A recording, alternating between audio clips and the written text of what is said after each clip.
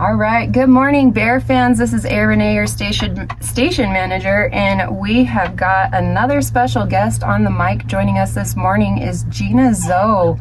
Welcome. Hello. Thank you. Thanks so much for having me. Absolutely. Oh my gosh, we are so excited to have you on this morning. Thank you so much for just taking the time out to join us here in Clayton, New Mexico, of all places. I love that. I've actually only ever driven through New Mexico. I need to come and hang out. You do.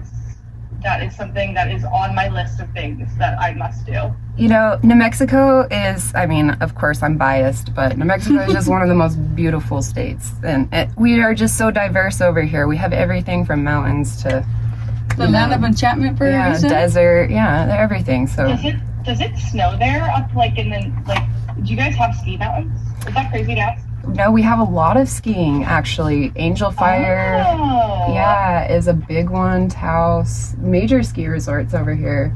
Okay, I'm definitely coming. So what do you do? Do you ski or do you snowboard? I snowboard.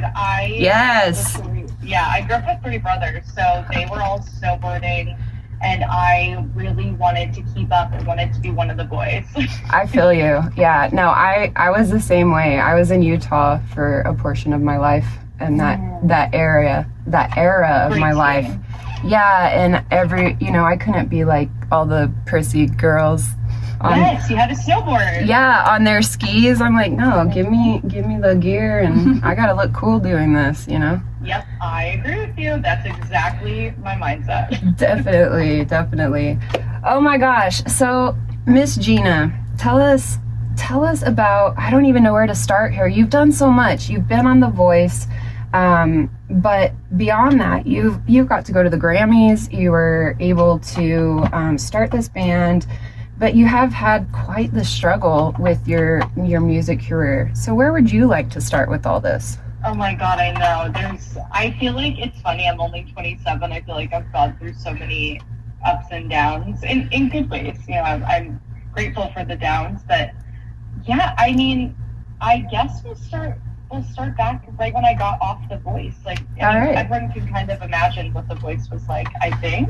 I mean, I think we can all imagine, but really we have no idea. No. there's no idea to gauge what you went through on that. Like, no way. It was really, really cool. I mean, I was 17, so... That's a lot for a 17-year-old. Oh my God, yeah. To be on a TV show at 17 is kind of shocking. It's funny, like, it feels so, like a dream. Like, it was long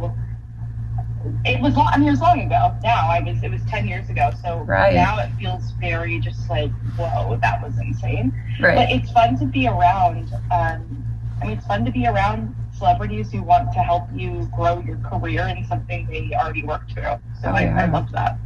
That's great. And you got quite a bit of experience on the show. Oh my goodness. I mean, I got to work with Blake Shelton and Gwen Stefani, and that was just, I think for a 17-year-old, that was very eye-opening to what I knew that I wanted to do with my life and my career. Yeah. And I held on to a lot of the things that made me special to get on the show and still hold them into my career now. Oh yeah, definitely. That's so cool. So after the show was over, tell us about your career. Tell us how you kick-started that, because you kind of got big right after, right? So yeah, after I came off The Voice, I was signed to a label in my, I'm from Philadelphia, so in Philadelphia, signed to a label. And really I was doing music though that I wasn't excited about. I felt like it was almost like my worst nightmare. Oh no. My worst nightmare because, for anyone who gets a job, it's just like you start to work somewhere that you don't want to work. It feels the same way, and you're bound by a contract. So there's things you have to do. Right. And you learn young, and you learn in the music industry how important it is to really be with people that have the same vision as you.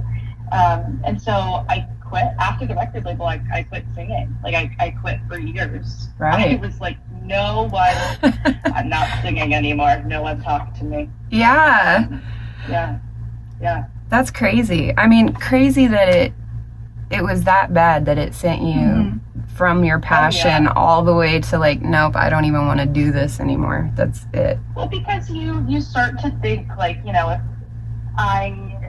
I think you get put in situations where, you're told to feel that if you go against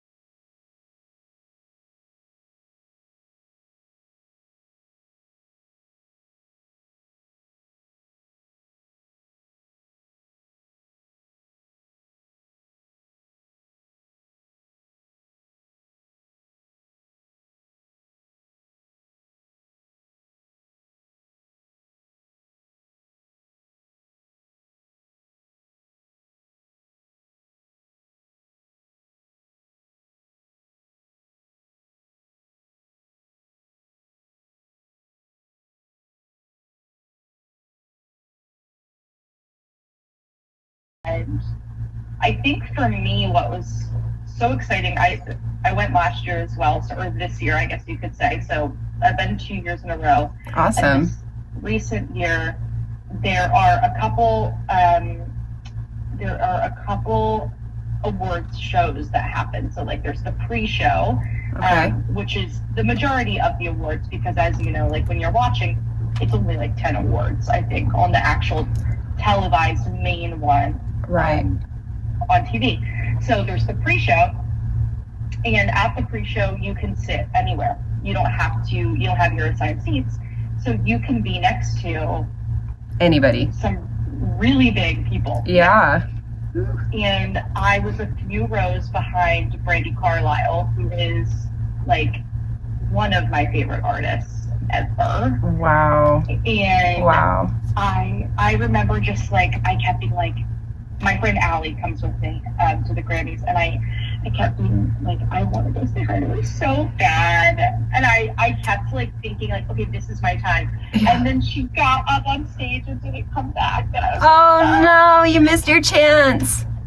But it's okay, because the year before I was even a little further away. I feel like I'm just like every year getting a little bit. That's good. Progress. Exactly. One step at a time. Right. Wow. So it was amazing. So it just is really cool, I think, to number one, to be around these people, to number two, know that you're in the room. It's in your future.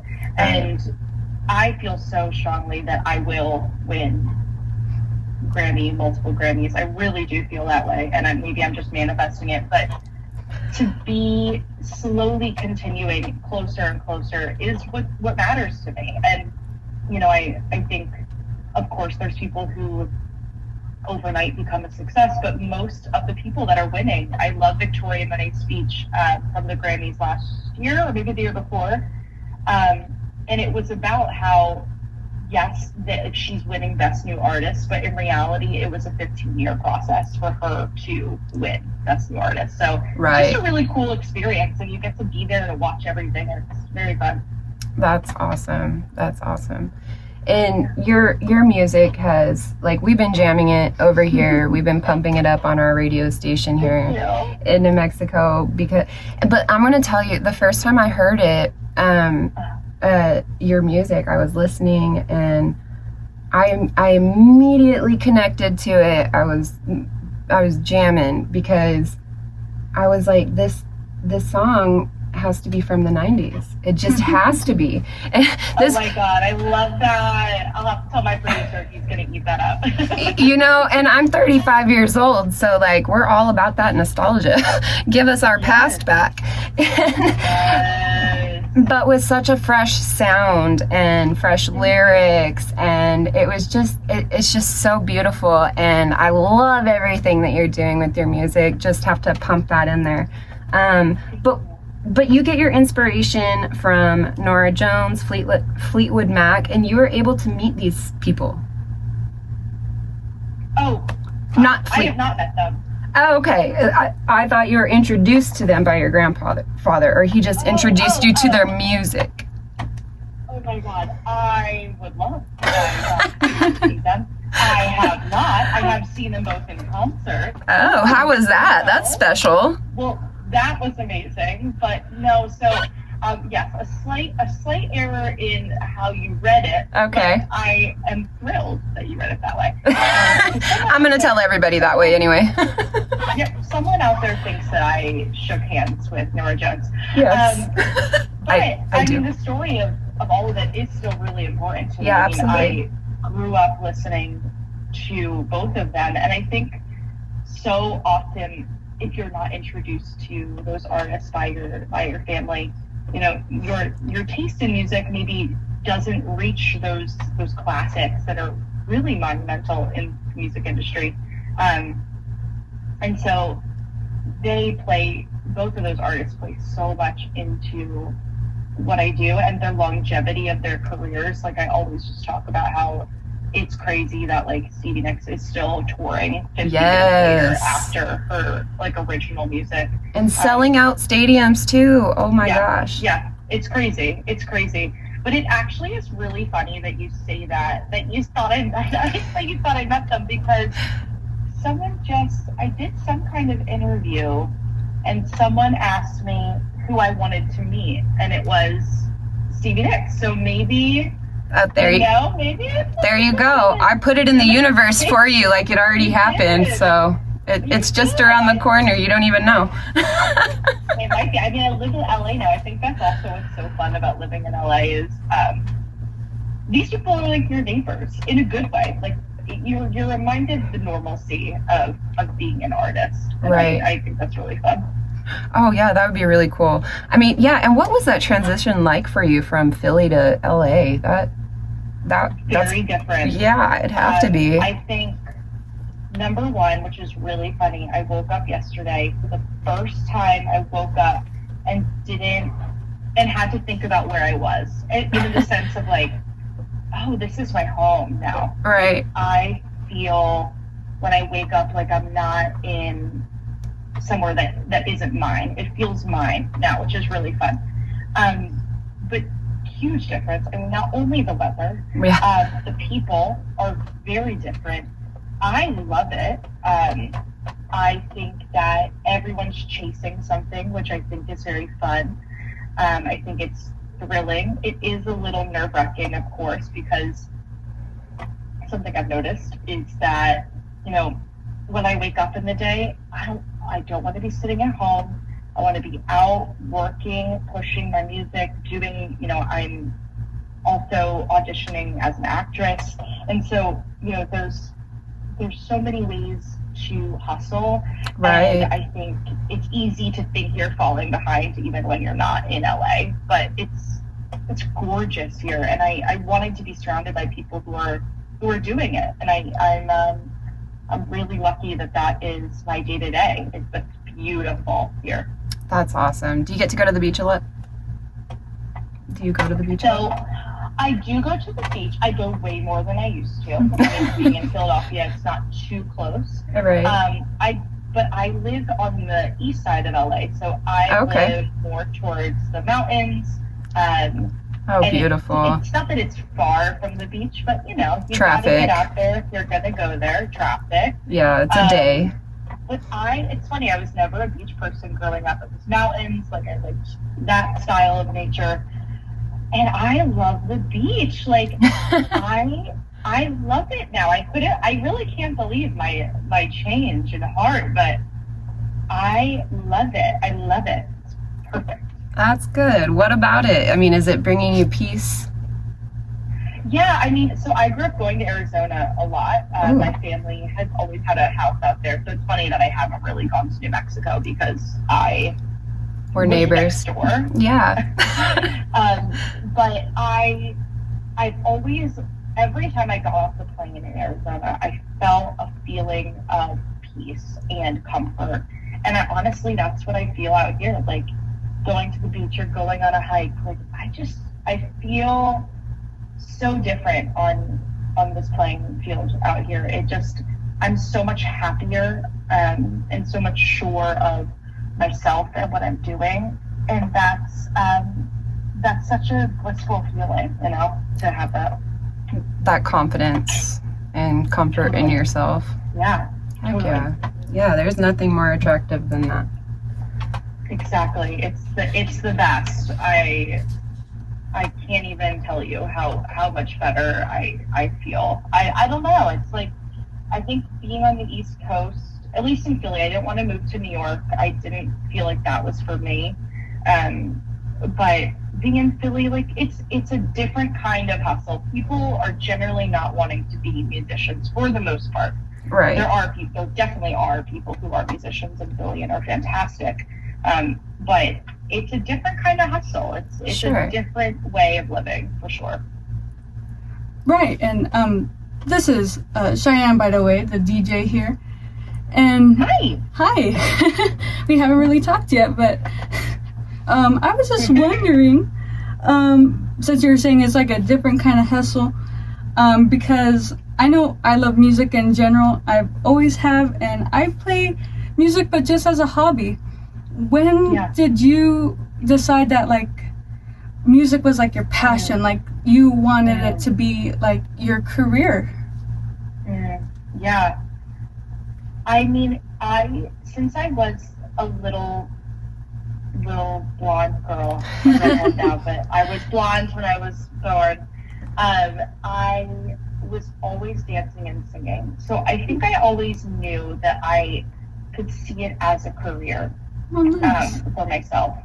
But the transition from it becoming my career was when I had a regular career as a store manager of a Free People, and I realized I couldn't do both anymore, and I had to decide. I was too busy on both ends. Right, one or the other. And that's when I realized I was like, I am burying myself in the ground with the level of stressed I am. I need to pick one, and I knew that if I gave up on music and had to make it something that was no longer going to be a career goal, that I was going to regret it if I didn't try. And so that's kind of how I spun it into my career. But it's tough to make that choice because, number one, it doesn't always bring a lot of money. Right.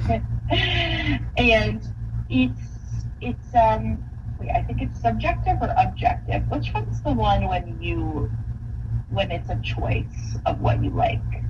I can't remember. Is it subjective or objective? Regardless, let's call it subjective.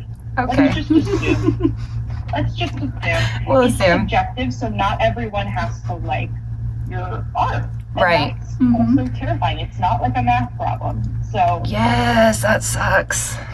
Right? You can't just like everybody's gonna love it. Yes, it's not like that, and so I think that that's what kind of makes it difficult. But I guess I really made it into my career when I quit my job in January. I left it all behind.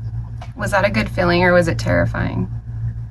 Or both? A really good feeling. It was a really good feeling. It was terrifying. I think, my mom always joked with me that, it's gonna feel weird not being able to always do things that you used to do because you had a great income, and now I have to be a lot more clear on my budget and my balance.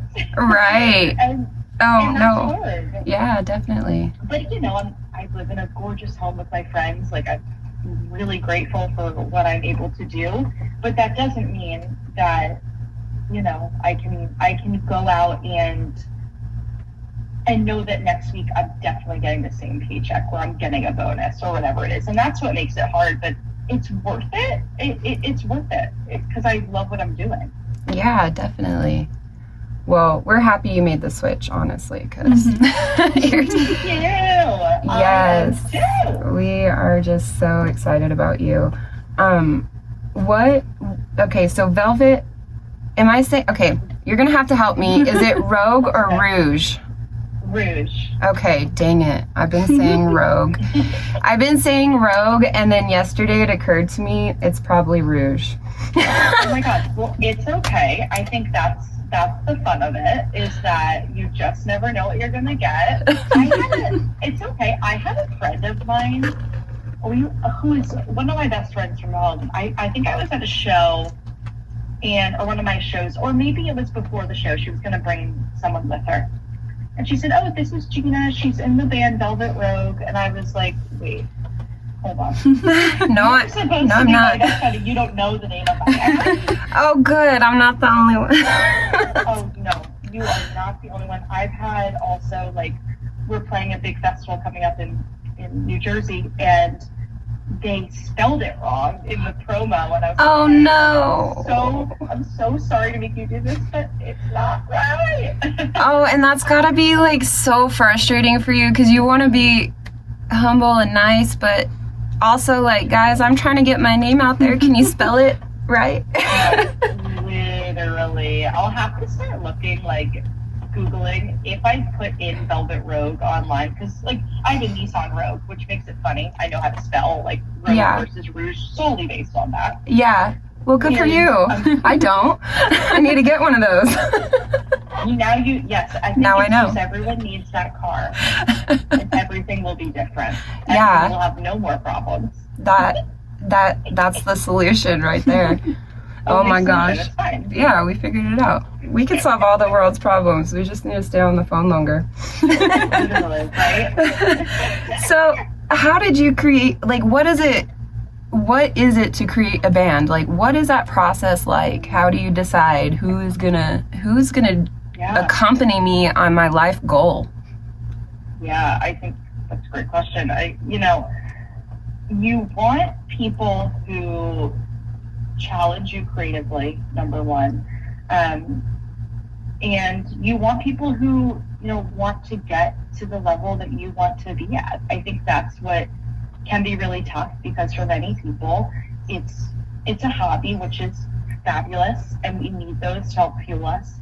But it's hard to find people who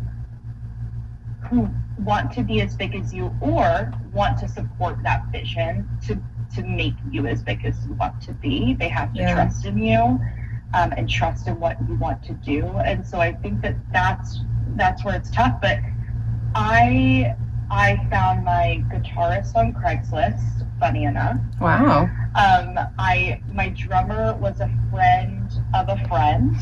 And then we have multiple bassists, and we found them because we're in the music industry now, and you kind of start to have connections that way.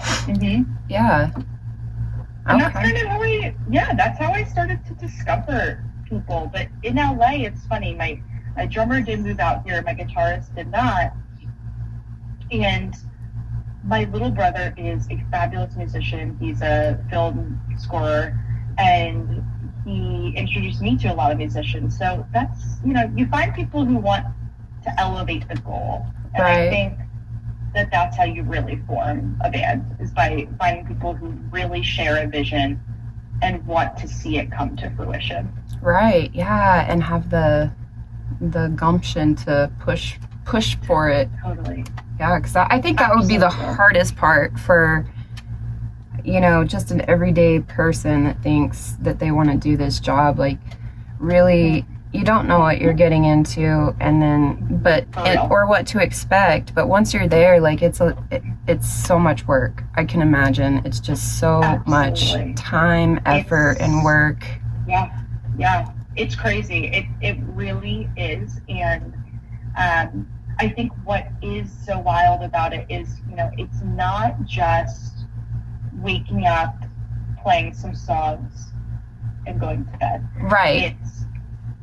You're like I said before, you're running a business. Like, you have to think in ways that you didn't think you were going to have to think. And I know that's why people don't succeed, is because they forget that it's a business. It's the music business.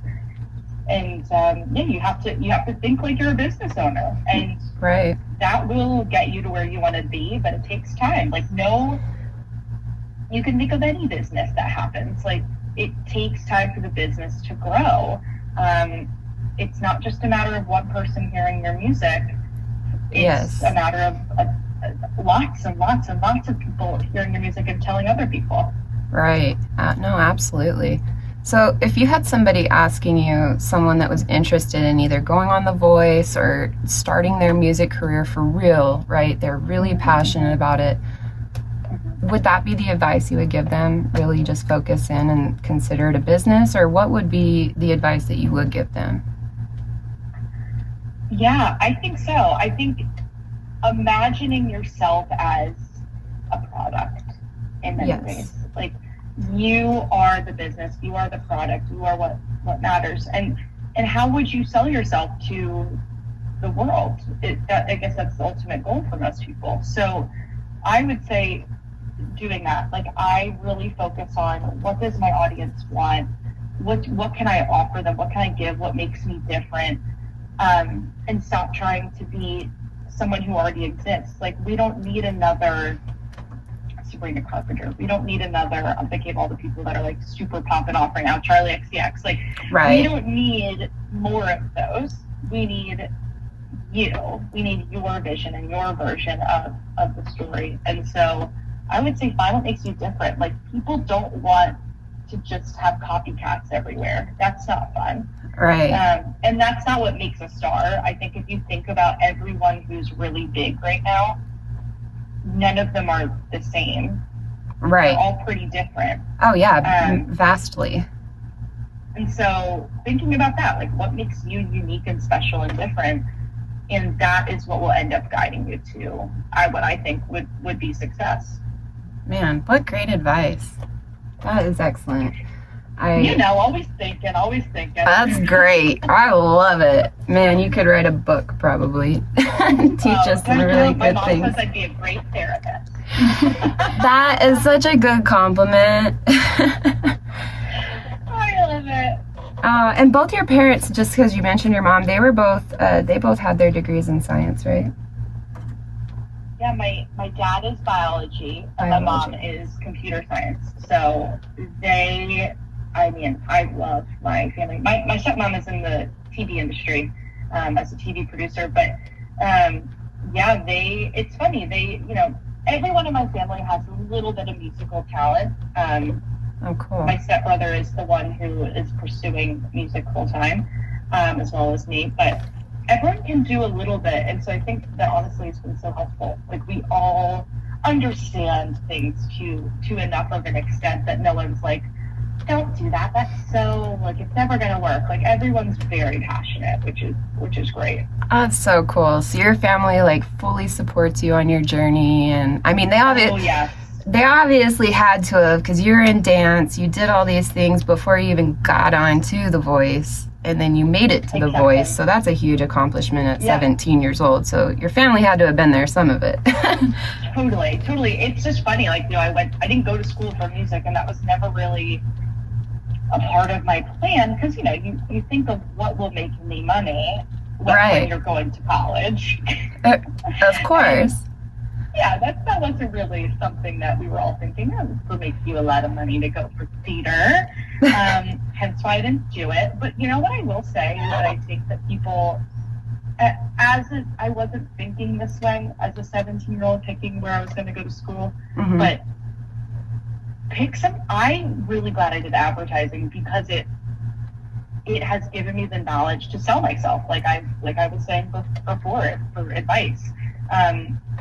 You learn how to sell something, and that's changed everything for me. I'm not afraid to talk in a room. I'm not afraid to vouch for myself. I know what the worth is of my quote product.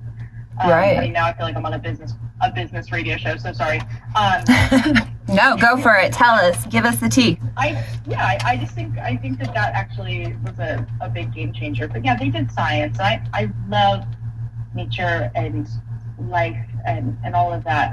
I went to school for biology for 2 years. So I thought I was going to do that. Then I changed my mind. So that's what I was wondering, because I had seen that you were going for biology, but I wasn't sure. But that both of your parents had, So I was just kind of curious there. Little side note. But back on subject here, you guys have dropped your EP. How has that release been? So good. I think, well, number one, I hit the goals that I was really hoping to hit, things that I was really excited about. Number one, that has just been really incredible, and the hard work this year has paid off. So that is incredible. But on top of that, I think I feel like I've put out something that feels me. It feels like the songwriting is very true to me, and I just want to continue that. And so it's honestly given me fuel to continue to keep writing. But everyone seems to love the music so much, and I got to work with some incredible people that has now led me to more incredible people, and I just think I hope it never stops. Awesome.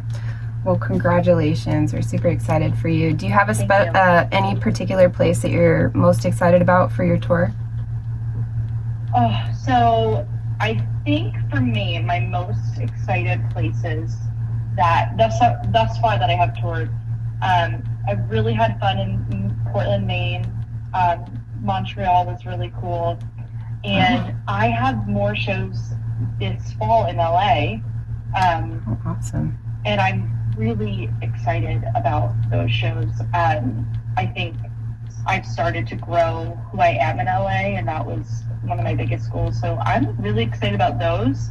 But festivals-wise, so I am playing Exponential Festival in Camden, New Jersey, and I was supposed to play last year, and it got rained out. Oh no! Unfortunately, and now I'm playing this year, so I'm really excited about that show. That's going to be incredible, and I'm just so grateful that they invited us back after it toured. Yeah. Oh my gosh, that's so exciting. Well, I wish we could be there to watch you. Oh my goodness, that's so cool. Well, you know what? Just so you know, on their website, WXPN's website, on September 20th, okay, at 5 o'clock, you can tune in and watch it online. Oh, that is so cool. You'll have to send me that website link. Yes, I absolutely will. I'm going to write that down because I will forget. I'm going to send it to you. Because you can watch it. I also am performing on WXPN again next Friday at noon. There won't be a video version, but it'll be on the radio for an hour. Oh, cool. At noon Philadelphia time, which I imagine. Are you Central Time? No, we're Mountain. We're just 1 hour ahead of you. Got it. Thank you. Just double check. So Central. That's interesting. So does it go East, Central, Mountain, Pacific? Yes. I had to look at the map in my brain, but yes, I'm pretty sure. Oh, no, that's okay. I'm like thinking, when you move over here, I'm like, my friends still forget that they're like, do you want to talk tomorrow at 9 o'clock while I'm on a walk? And I'm like, it's 6 my time. Right? You're like, no, I don't want to do that. How about 10 o'clock? Yeah, how about not that? I'll send you the links. Awesome. So that you can either listen next week or you can watch when I play the festival. Cool, we will, and we'll post them up too, so people can on our website. We'll be able to go and watch that and follow that. That is going to be so cool. Amazing, I love it. And send me where you guys like to go see music. Like, I would love to know. I mean, I know we're still probably recording this, so anyone who's listening still at this point. Please tell me where you like to see music around you. Like, I've never been to an expo, as I said. I would love to come and play a show. So, man, we actually have a lot of really cool venues just right by us. And where we live, we're on the border of Texas and Oklahoma. So we're right in the corner there of that panhandle of Texas. But let's see, they have like 10,000 people that come over to the world's largest free barbecue. Shut up. When is that? That one's really cool. That's the first weekend of August every year. Yeah, so that one's neat. Next year. You do, I know. And then every Labor Day, we also have a music festival here that's really super cool, called the Caveman Music Festival. It's just it's like an hour and a half from us, but we get to go to that one, and we send a lot of our fans out there. The Wallflowers are playing there this year. Again, I told you I'm 35, so my 90s, is feeling excited. But a few other areas. I love that. Albuquerque. Yeah. Oh, yeah. And then, of course, Albuquerque. Those are some of the bigger places. But, and heck yeah, man, we're building a $19 million pro rodeo arena and convention center right here so that we can host artists just like you right here in our town. Yes. So that would be great. That.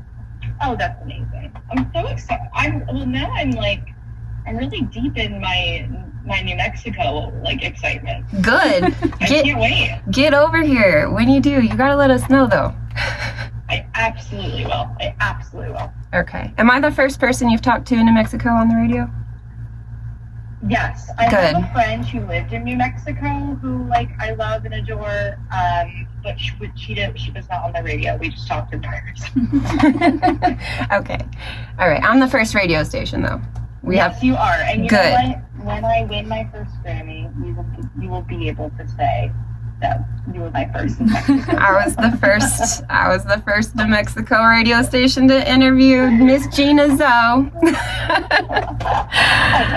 Heck yes.